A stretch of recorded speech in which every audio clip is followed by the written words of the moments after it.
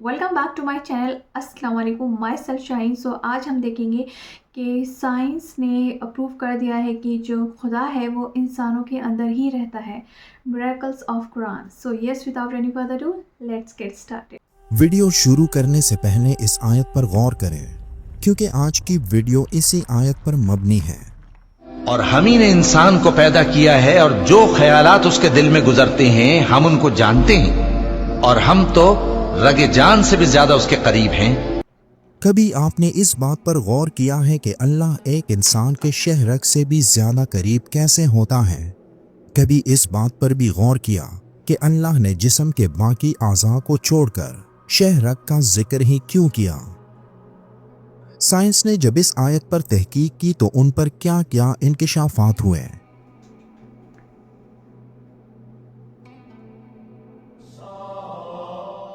कुरान में इंसान के लिए सबसे बेहतरीन लफ्ज़ एहसन तक़वीम इस्तेमाल किया गया, जिसका मतलब है कि इंसान बाकी तमाम मखलूक़ात से आला और ख़ूबसूरत बनाया गया, जिसके पीछे हिकमत वो नूर है जिस नूर से रसूलुल्लाह सल्लल्लाहु अलैहि वसल्लम को पैदा फरमाया गया और उसी नूर से फिर बाकी कायनात की तख्लीक की गई। अब लॉजिकली ये बात समझ में आती है कि हर इंसान के अंदर अल्लाह का नूर पोशीदा है, जिसे समझने की देर है।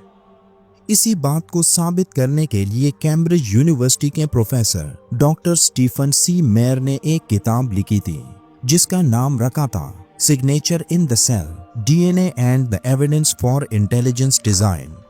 डॉक्टर स्टीफन अपनी बेस्ट सेलर किताब में दलाइल के साथ ये साबित करते हैं कि इंसान के हर खुलिये पर एक खालिक के दस्तखत हैं। इंसानी जिस्म कर्बो खुलियात से मिलकर बना है। दिमाग में कर्बो न्यूरॉन इसके अलावा हैं। दो न्यूरॉन के बाहमी रबत से जो करंट बनता है उसकी तादाद कर्बों से भी ऊपर नाकाबिले शुमार है। जिस्म के हर खुलिये में तमाम जिस्म के हर उज़ू से मुतल्लिक मालूमात होती हैं। एक खुलिये के अंदर डीएनए का किरदार होता है कि आरएनए के जरिए इसे कौन सा उज़ू बनाना है। अब इसने सारी जिस्म की मालूमात को सामने रखकर वो उज़ू बनाना होता है जो इसके ज़िम्मे है। ऐसा इसलिए होता है ताकि आज़ाद डबल ना बन जाए, कहीं गलती ना हो जाए कि जिगर की जगह पर कोई और उज़ू बन जाए। यानी एक खुलिया इतना बड़ा सुपर कंप्यूटर है जो तमाम जिस्म से मुतल्लिक मालूमात पर मबनी करबों किताबों का लम्हे भर में जायजा लेकर अपने काम को आगे बढ़ाता है। डॉक्टर स्टीफन कहते हैं कि डीएनए का ये कीमियाई सिस्टम खुद से कुछ नहीं करता, तो सोचने की बात है कि इसमें मौजे मारता इल्मी समंदर और जहानत कहाँ से आई।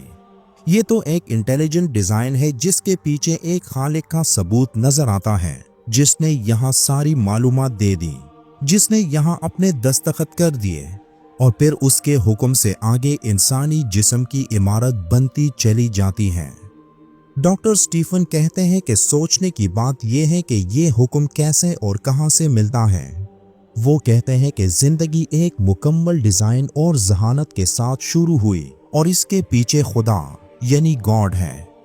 आज से 1450 साल कबल वो कलाम जो रसूलुल्लाह सल्लल्लाहु अलैहि वसल्लम पर नाजिल हुआ, इसमें कायनात के खालिक ने अपने हबीब हज़रत मोहम्मद सल्लल्लाहु अलैहि वसल्लम के ज़रिए ऐलान करवाया कि अनकरीब हम इन लोगों को आफाक यानी फल्कियात में ऐसे इल्मी और साइंसी निशानात दिखाएंगे और इनके जिस्मों में भी ऐसे निशानात मुलाहिजा करवाएंगे कि इन पर वाज़े हो जाएगा कि वही हक है।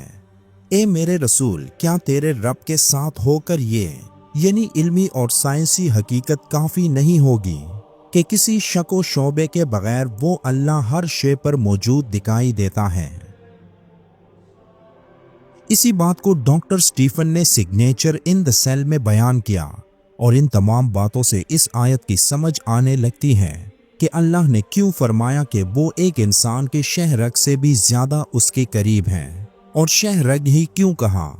तो इसके पीछे हिकमत यह है कि बाकी आज़ा कट जाए तो बचने की उम्मीद होती है, लेकिन शहरग कट जाए तो बंदा जिंदगी से ही कट जाता है। शहरग को अहमियत देने की वजह यह भी हो सकती है कि शहरग इंसान के दिलो दिमाग के दरमियान में पाई जाती है यानी ये रग जिस्म के तमाम निज़ाम को एक दूसरे से मुंसलिक करती हैं।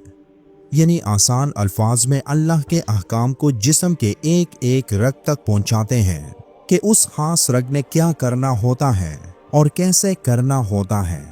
अल्लाह शेरक से भी ज़्यादा करीब इसीलिए है कि साइंस की ज़बान में इंसानी जिस्म में लाखों खरबों खुलिये मौजूद हैं जो एक इंसान को ज़िंदा रखने के लिए काम करते हैं, और इन तमाम खुलियों का मरकज़ यही शहरग है जहाँ से इन खुलियों को ऑर्डर्स मिलते हैं। यानी अगर ये शहरग ऑर्डर देना बंद कर दें तो एक इंसान के खुलिये काम करना छोड़ देंगे, जिससे एक इंसान की मौत वाक़ई हो जाएगी। लेकिन अगर एक इंसान इस शहरग को जान गया तो वो अपने खालिक को जान जाएगा, जिस खालिक ने इंसान की इस शहरग पर अपने दस्तखत किए हैं।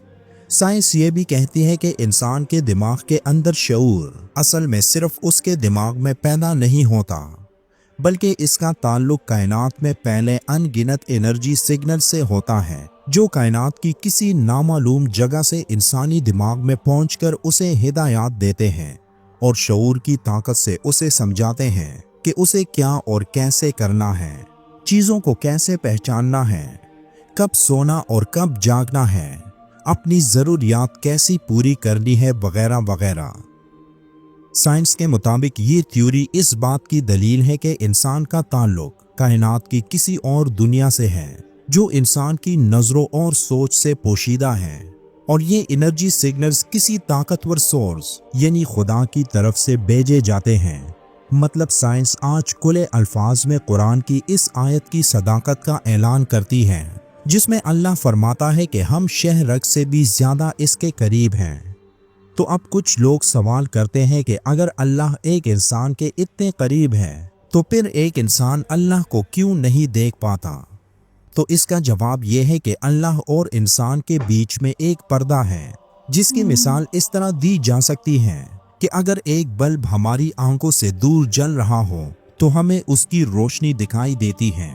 अगर उसी बल्ब की रोशनी को इतना करीब लाया जाए कि हमारी आंखें बल्ब को छूने लगें तो हमारी आंखों पर अंधेरा सा छा जाएगा और हम जल्दी से आंखें दूर करेंगे।